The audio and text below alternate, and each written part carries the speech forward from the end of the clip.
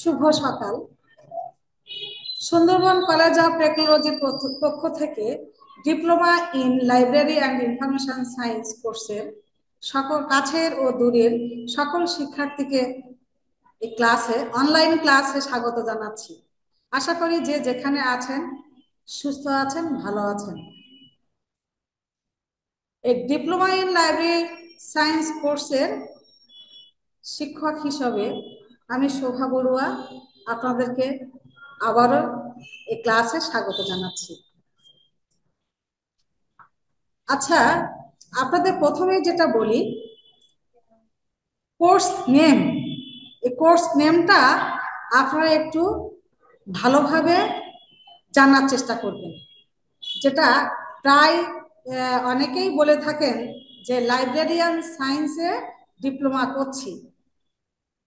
আমি যেহেতু এই সমস্যাটা প্রায় ফেস করি, সেই জন্য কিন্তু আপনাদের জ্ঞাতার্থেই বলছি, লাইব্রেরিয়ান সায়েন্স কখনো হয় না।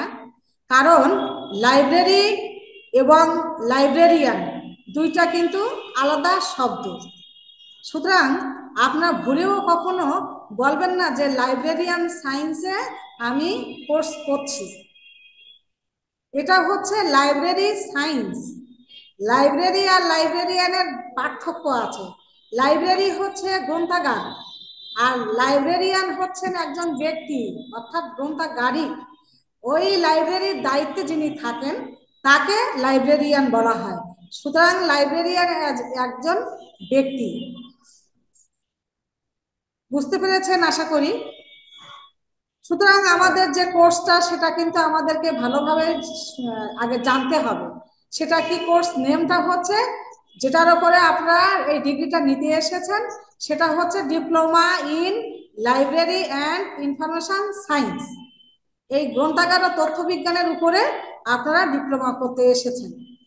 সুপ্রিয় শিক্ষার্থীবৃন্দ, এখানে 2টা সেমিস্টার পরীক্ষা হয়, আপনারা অলরেডি অবগত হয়েছেন। তো প্রথম সেমিস্টারে যে কোর্সগুলো পড়ানো হয়, আমি সেই কোর্স নেমগুলোর নাম উল্লেখ করছি। প্রথমত হচ্ছে 101 প্রথম পত্র, basic of library and information science. 102-এ পড়াতে হবে ইনফরমেশন রিসোর্স ডেভেলপমেন্ট। 103-এ আসে ইনফরমেশন সোর্সেস অ্যান্ড সার্ভিসেস। 104-এ আছে organization of knowledge classification theory. 105-এ আছে organization of knowledge cataloguing theory.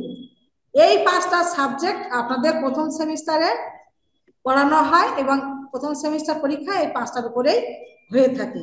তা আজকে আমি যে বিষয়টা পড়াবো সেটা হচ্ছে 101-এ basic of library and information science, অর্থাৎ হচ্ছে গ্রন্থাগার ও তথ্য বিজ্ঞানের মৌলিক ধারণা। বেসিক কথাটা দিয়েই আপনারা বুঝতে পারছেন যে এটা গ্রন্থাগার তথ্য বিজ্ঞানের উপরে একটা মৌলিক ধারণা, সেই সম্পর্কে আমরা আলোচনা করব। এখন আসি লাইব্রেরি। আমরা কিন্তু সবাই লাইব্রেরির সঙ্গে কম বেশি পরিচিত। এটা আমরা ছোটবেলা থেকেই লাইব্রেরির কথাটা শুনে এসেছি। কিন্তু এখনো কিন্তু আমাদের অনেকেরই ধারণা আছে যে লাইব্রেরি বলতে আমরা বইয়ের দোকানকে বুঝিয়ে থাকি।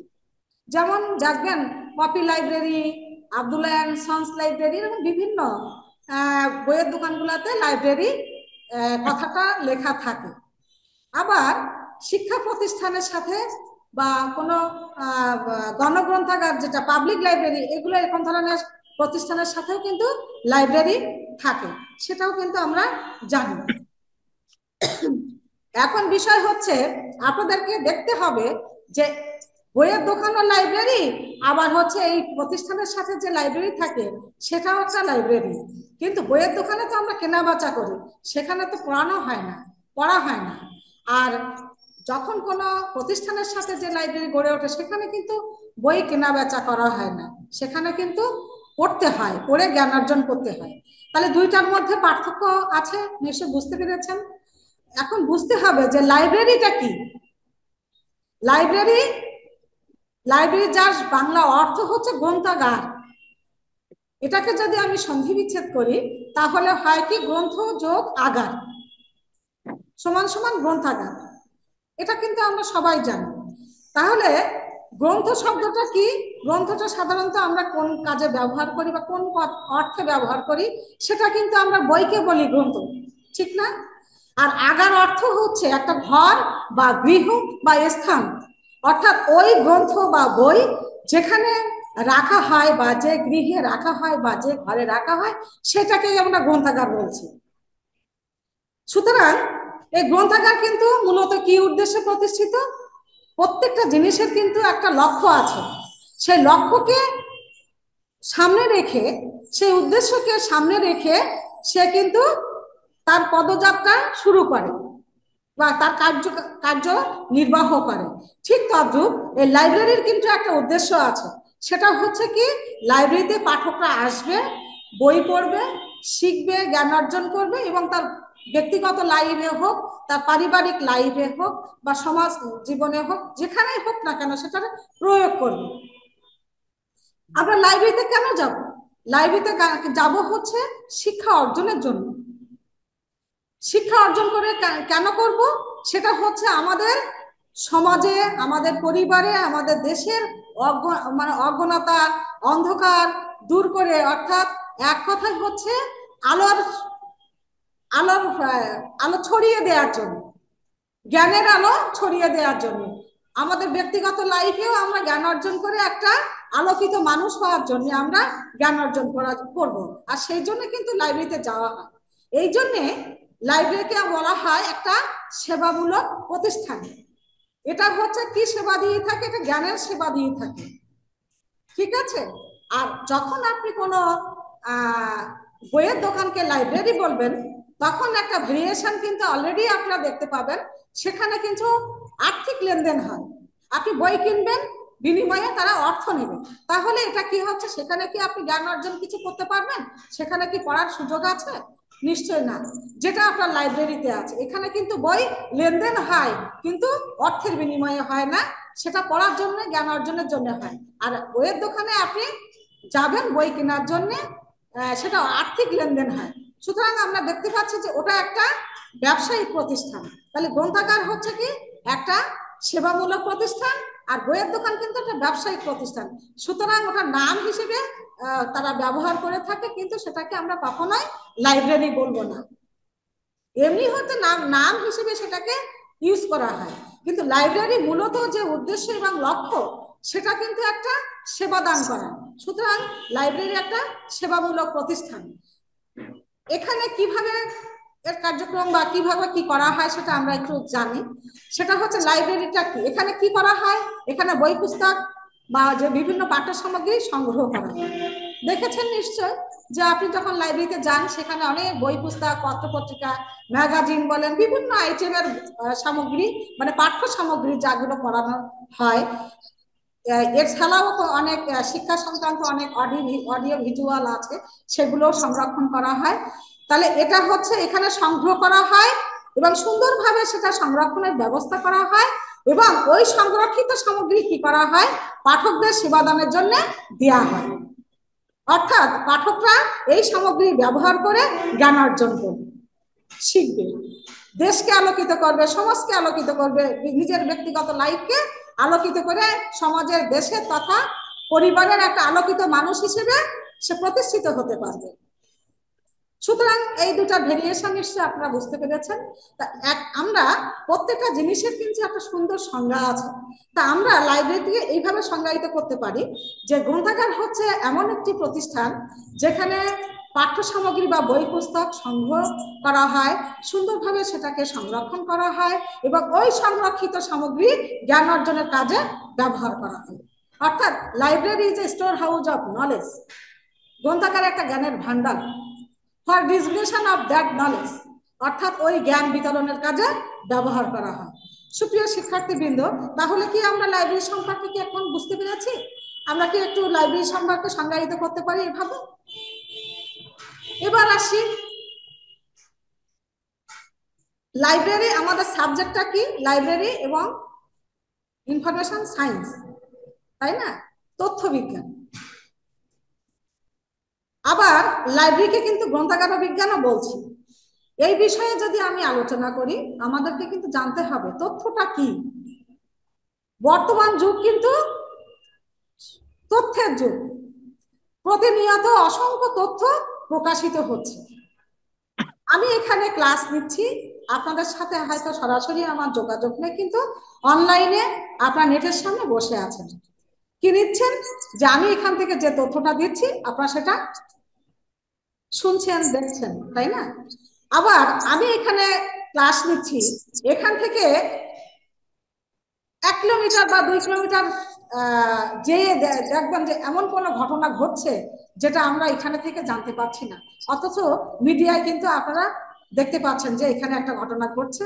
মানে প্রতিনিয়ত কিন্তু এই ধরনের ঘটনা ঘটেই চলেছে। হ্যাঁ, তা এই যে বিভিন্ন যে ঘটনাগুলো ঘটছে, ঘটনাগুলো কিন্তু এক একটা তথ্য। সুতরাং লাইব্রেরির ক্ষেত্রে কিন্তু এটা অহরহই ঘটছে, কারণ পড়ার জগতে বা জ্ঞানের জগতে কিন্তু প্রতিনিয়ত নতুন নতুন তথ্যের উদ্ঘাটন হচ্ছে। আর সেই তথ্যগুলোকে আমরা পর্যায়ক্রমে যখন লিপিবদ্ধ আকারে বা দলিল আকারে বা বই পুস্তক আকারে প্রকাশ হয়, সেটা কিন্তু আমরা এই লাইব্রেরিতে সংরক্ষণ করি এবং তার মাধ্যমে আমরা তথ্য জানতে পারি, জ্ঞান অর্জন করতে পারি। তা সংরক্ষণ লাইব্রেরিতে সংরক্ষণ করা হয়। এখন এই মুহূর্তে দরকার হতে পারে, ভবিষ্যতেও দরকার হতে পারে। যেমন মনে করেন যে আমি যদি এখান থেকে আমার 10 বছর আগের ইতিহাস বা 20 বছর আগের ইতিহাস বা বাংলাদেশের ইতিহাস সম্পর্কে, বাংলাদেশের ঐতিহ্য সম্পর্কে যদি জানতে চাই, তাহলে কিভাবে জানবো? আমাকে কিন্তু এই বই পুস্তকের মাধ্যমে দলিল দস্তাবেজ যা আছে, সে সমস্ত পত্রপত্রিকা যা আছে, সবকিছুর মাধ্যমে আমি জানতে পারবো। তাহলে কোথায় জানতে পারবো? আমাকে যেতে হবে কোথায়? সেটা কিন্তু আমাকে যেতে হবে এই লাইব্রেরিতে। সুতরাং এই সমস্ত তথ্যাবলী কিন্তু লাইব্রেরিতেই সংরক্ষণ করা হয়। এবার এবার হচ্ছে যেটা আমরা জানবো, সেটা হচ্ছে এই গ্রন্থাগার বিজ্ঞানের কিছুটা ইতিহাস আমরা জানার চেষ্টা করব। সেটা হচ্ছে কি, তার আগে একটু বলে নেই যে গ্রন্থাগার বিজ্ঞানের একটা সুন্দর সংজ্ঞা আমরা দিতে পারি এভাবে, যে লাইব্রেরি সায়েন্স এবং লাইব্রেরি ইকোনমি। এই ইকোনমি এই একই শব্দার্থে কিন্তু দুটা শব্দ ব্যবহৃত হয়ে থাকে। প্রথমত যেটা হয় সেটা হচ্ছে লাইব্রেরিয়ানশিপ বা লাইব্রেরি ইকোনমি। এটা হচ্ছে একই নামে খ্যাত। 1870 দশকের শেষ ভাগে সেটা লাইব্রেরি সায়েন্স নামে আখ্যায়িত করা হয়। কোনটা? যে লাইব্রেরিয়ানশিপ বা লাইব্রেরি ইকোনমি কথাটি 1870 দশকের দিকে লাইব্রেরি সায়েন্স নামে আখ্যায়িত করা হয়, যেটা আধুনিক লাইব্রেরি সায়েন্স হিসেবে আমরা সংজ্ঞায়িত করে থাকি। এর একটা ইতিহাস আছে, সেই ইতিহাস সম্পর্কে আমরা আলোচনা করব। তা সুপ্রিয় শিক্ষার্থীবৃন্দ, এবারে আমাদের আলোচ্য বিষয় হচ্ছে গ্রন্থাগার বিজ্ঞানের কিভাবে উৎপত্তি হয়েছে এবং এর ক্রমবিকাশ হয়েছে। 1870 দশকের থেকে গ্রন্থাগার বিজ্ঞান কিন্তু একটি স্বতন্ত্র বিষয় হিসেবে উৎপত্তি লাভ করেছে।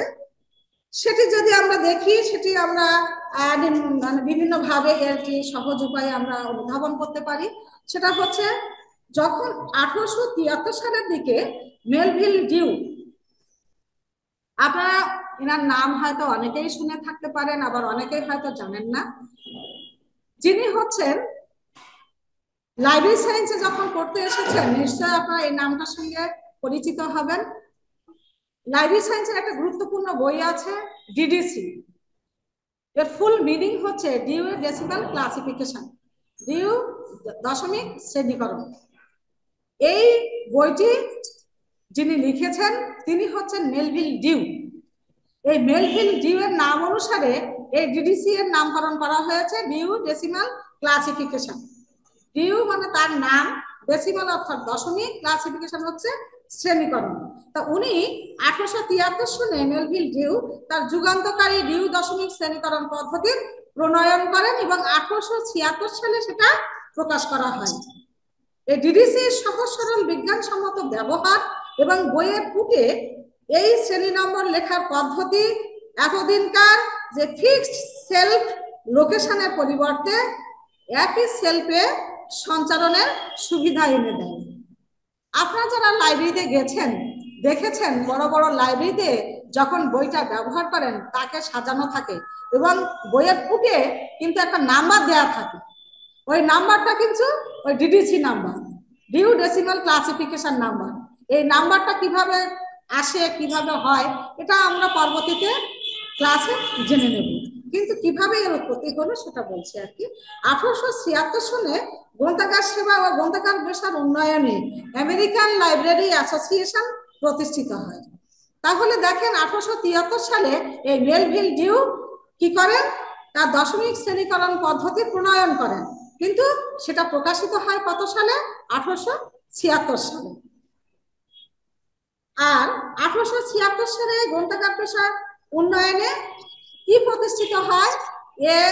ALA অর্থাৎ আমেরিকান লাইব্রেরি অ্যাসোসিয়েশন প্রতিষ্ঠিত হয়। আধুনিক গ্রন্থাগার বিজ্ঞান শিক্ষার পেশাগত ক্ষেত্রে এটি কিন্তু একটা যুগান্তকারী পদক্ষেপ।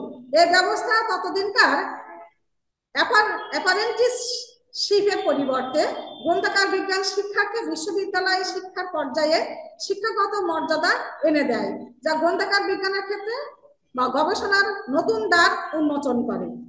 এর ফলে কি হয়?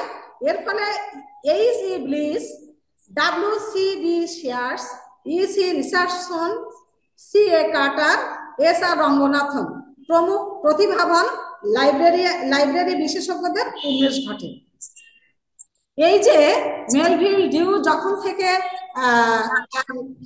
দশমিক শ্রেণীকরণ পদ্ধতির উদ্ভাবন করেন এবং এটা যখন প্রকাশ হওয়ার সাথে সাথে বিভিন্ন লাইব্রেরিতে যে সমস্ত লাইব্রেরিয়ানরা গবেষণা করতেন বা তাদের এই সমস্ত বিষয়ের উপরে রিসার্চ করতেন, তারা বিষয় বিশেষজ্ঞ, সে সমস্ত প্রতিভাবানদের নাম আমি একটু বললাম, তখন ওনাদের হচ্ছে কি করেন, ওনাদের উন্মেষ ঘটে। মানে বিভিন্ন লাইব্রেরির দায়িত্বে ছিলেন এবং ওনারা এই লাইব্রেরির বিভিন্ন কার্যক্রম নিয়ে সবসময় গবেষণা করতেন, কিভাবে ডেভেলপ করা যায়, হ্যাঁ, কিভাবে এই লাইব্রেরিকে বৃদ্ধি করা যায়।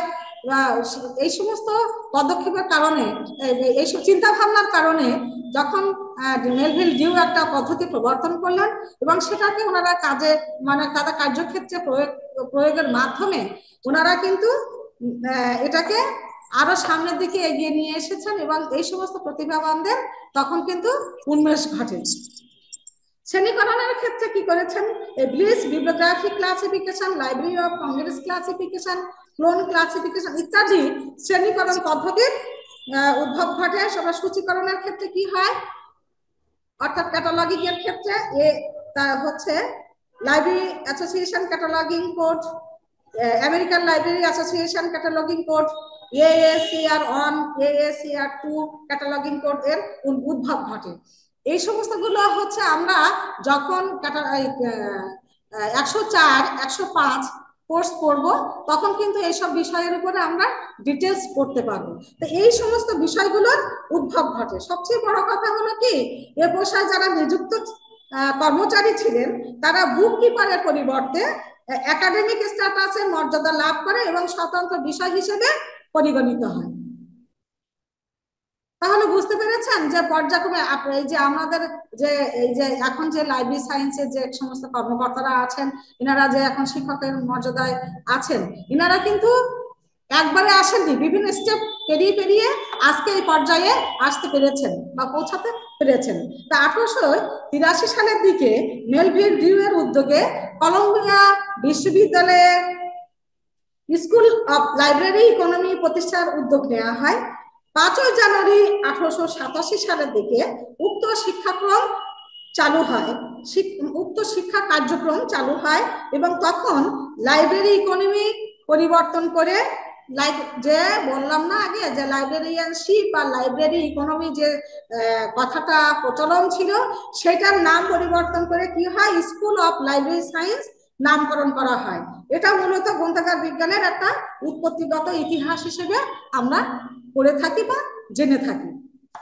সুপ্রিয় শিক্ষার্থীবৃন্দ, তাহলে আমরা দেখলাম যে আমরা যে কোর্সটায় পড়তে এসেছি সেটা হচ্ছে diploma in library and information science. তা এই যে লাইব্রেরি এবং ইনফরমেশন সায়েন্স এই সম্পর্কে কিছুটা আমরা ধারণা নিতে পেরেছি, যে গ্রন্থাগার কি, কিভাবে গ্রন্থাগার বিজ্ঞানের উৎপত্তি হয়েছে। হুম। তা সুপ্রিয় শিক্ষার্থীবৃন্দ, আজ এ পর্যন্ত। কারণ আমরা যেটা পড়াবো নেক্সট ক্লাসে সেটা হচ্ছে যে এই যে গ্রন্থাগার যে পড়লাম, গ্রন্থাগারের শ্রেণী বিভাগ। যে যেখানে আছেন সবাই সুস্থ থাকেন, ভালো থাকেন। আজ এ পর্যন্ত, সবাইকে ধন্যবাদ।